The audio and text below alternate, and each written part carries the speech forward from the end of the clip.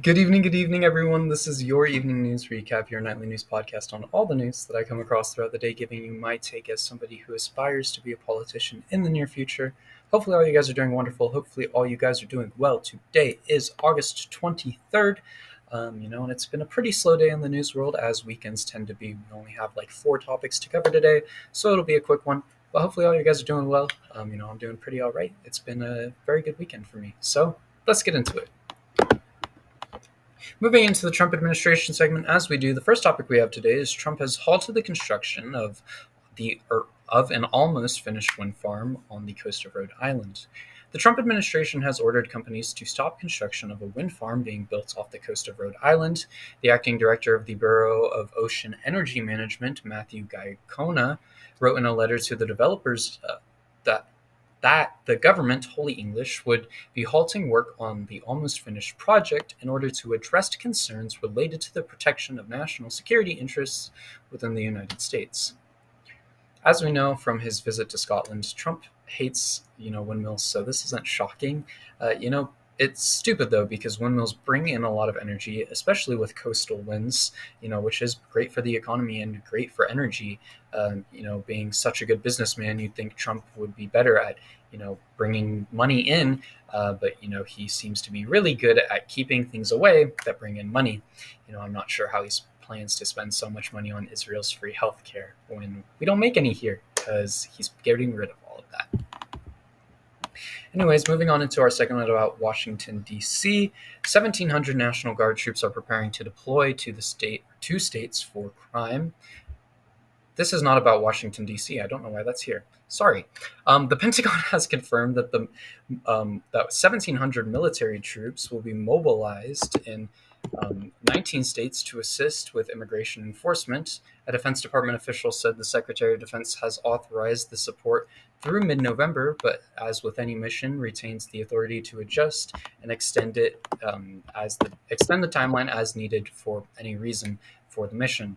A chief Pentagon spokesman, Sean Parnell, announced the duty change of 1,700 troops on July 25th, making their title status 32 as National Guard, after previously being Title 10 Marine Corps.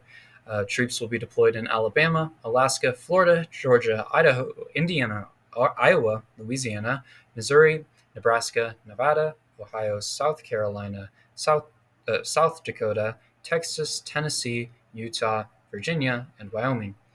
This is a separate mission from the one in D.C., according to the Pentagon.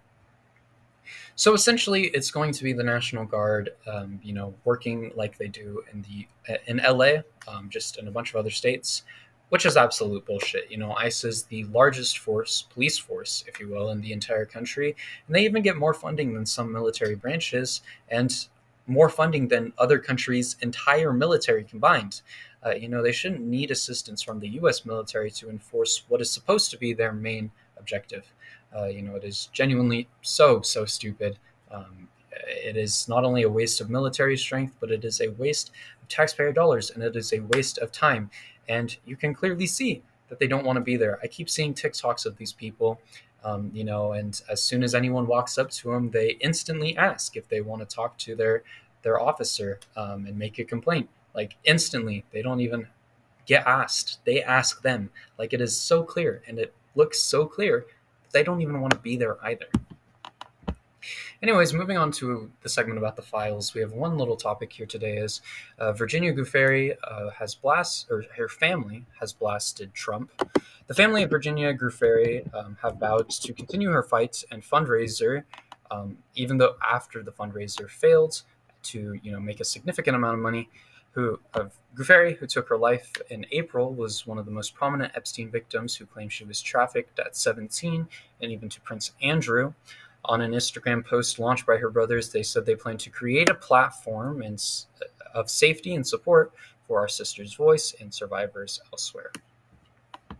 This is great for them. People need to continue to speak out about the files and the situation. We're at a really interesting spot with them, where we don't really know what's going on or what's happening or what's going to happen. And it's kind of been like that the entire time, but it's a little more relevant here.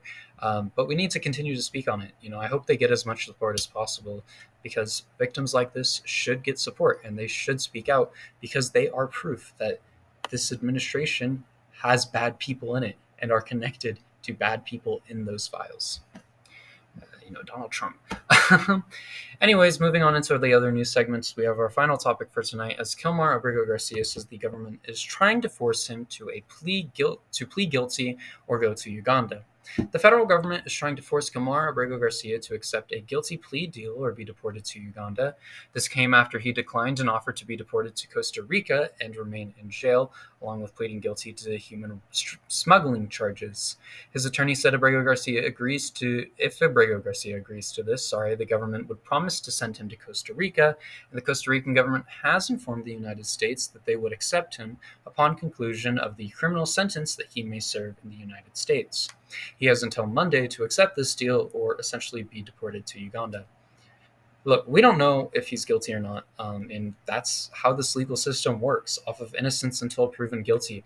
If he is guilty, he should serve time on U.S. soil for breaking U.S. laws. If he isn't, he should be allowed to live here and live his life freely. I'm going to be real. I don't think in any way he is going to get that second option, which is unfortunate. It really is, but I wish him luck. Innocent until proven guilty. So good luck. With that being said, hopefully all of you enjoyed. As mentioned, it's a short one, as weekends normally are, but hopefully everyone is doing well. If you're new here, please subscribe. Drop a like, drop a comment down below. Let me know your thoughts on all the news throughout the day. We're on our way to 500 subscribers on YouTube, and I would really appreciate it if you could help me get there. If you're on Substack, please consider subscribing. All funds go to me. They'll help me pay for the things that I'll need to pay for in college. I'm here now, but like food, all those kinds of things. But if not, you can always subscribe for free. I truly do appreciate all from support on this content. You guys mean the world to me. Thank you all so much. I will see you all tomorrow's